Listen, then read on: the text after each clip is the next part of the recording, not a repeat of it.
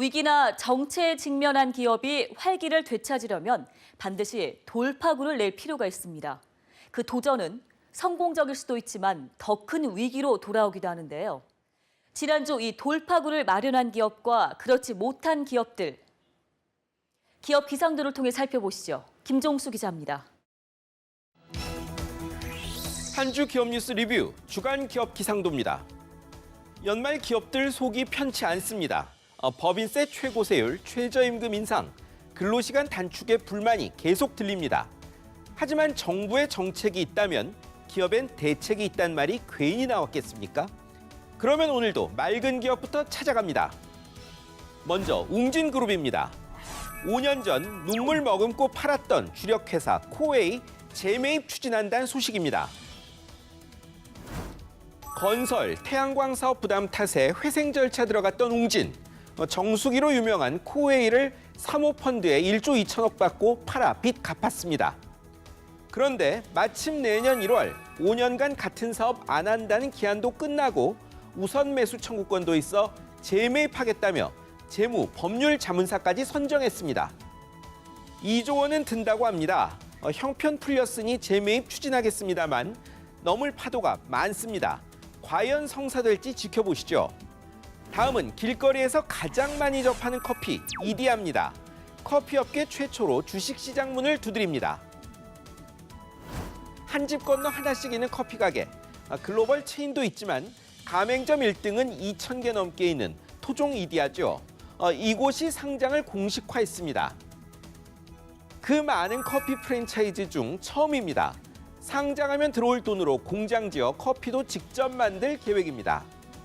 금융업계 출신 문창기 대표가 가맹점 80개일 때 인수해 폭발적으로 성장한 이디야. 스타 마케팅 안 하고 가맹점 상생으로도 유명하죠. 증시에선 어떤 평가를 받을지 궁금합니다. 이제 흐린 기업입니다.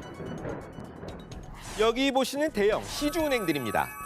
대출 목표 수익률을 계속 올려 일종의 이자놀이를 한 사실이 들통났습니다.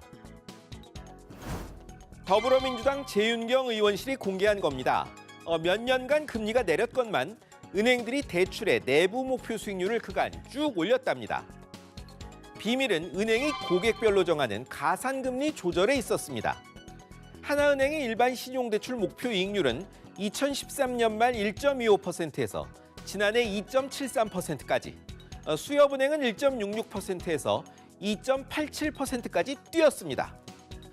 은행들 때 돈 번 비법이 이거였네요. 그런데 전체 이익률 대비 대출 목표 이익률이 너무 높다고 지적했던 감독당국은 뭐 했나요? 다음은 SK케미칼, 애경입니다.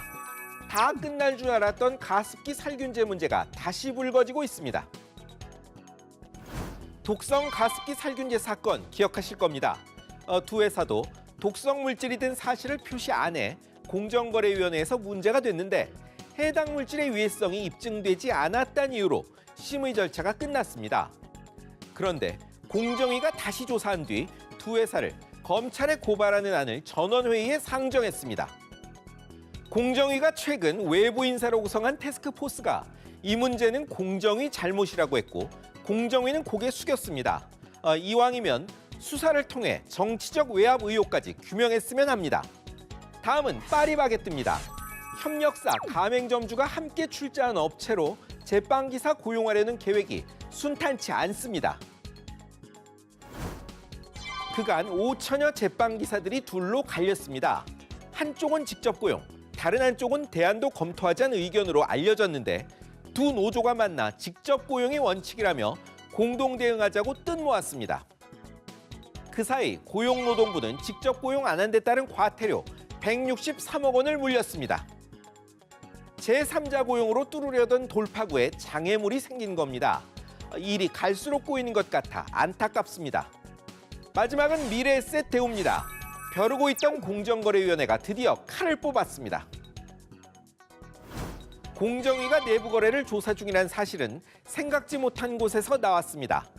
금융당국의 발행어음 사업 인가 신청했는데 이 문제를 이유로 보류한다는 통지가 왔고 이 사실을 미래에셋대우가 공시한 겁니다. 조사 사실을 스스로 털어놓은 셈입니다. 김상조 공정거래위원장은 미래에셋 지배구조에 대해 오래전부터 문제를 제기해 왔습니다. 고성장을 거듭해온 박현주 회장의 전략도 시험대에 올랐습니다. 이주열 한국은행 총재가 북핵 같은 돌발 변수만 없으면 내년 잠재 성장률 수준 성장은 될 것이라고 전망했습니다. 하지만 북핵 말고도 밖으로는 보호주의, 안으로는 가계부채, 최저임금, 근로시간 단축까지 변수 후보는 너무 많습니다.